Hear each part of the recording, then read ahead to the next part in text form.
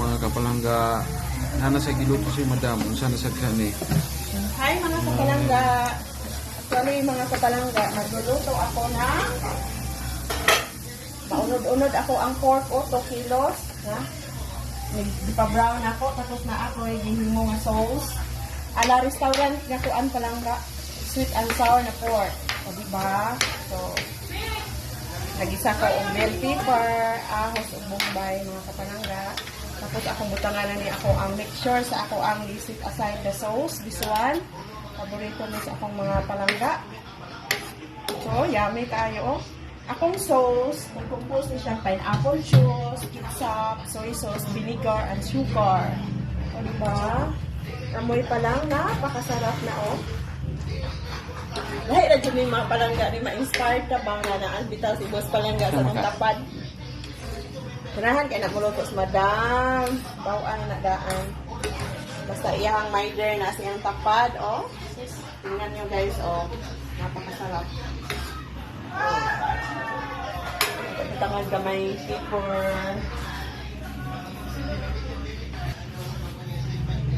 Dagan ko rin lutoon guys. Magkimo kong egg salad na cucumber.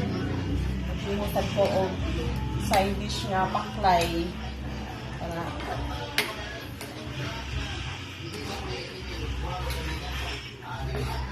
I love to cook man may palangga sa mga family. So last week akong niluto kay special pancit man to siya. So karon, sweet and sour nga pork. Bakay. Wow. Wow, papa. So, ako mag-add the anik starch to make it to ba? Pilit-pilit mag-add the starch sa guys. So, ito. Ating humid na 2 kilo sweet and sour na puro din siya unod. Ito ang pork. Mahal kaayo ang sili mga kapalangga. Ang bell pepper, 2 ka buok, 49. Lamas pa lang gani.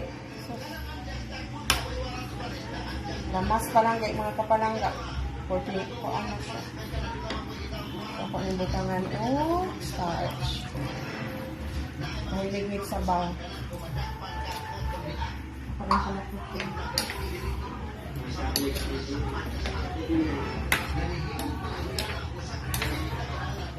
Oo na naman akong ulitan. Ano na? Hindi ko dito siya sinabaw sa sweet and sour na pork.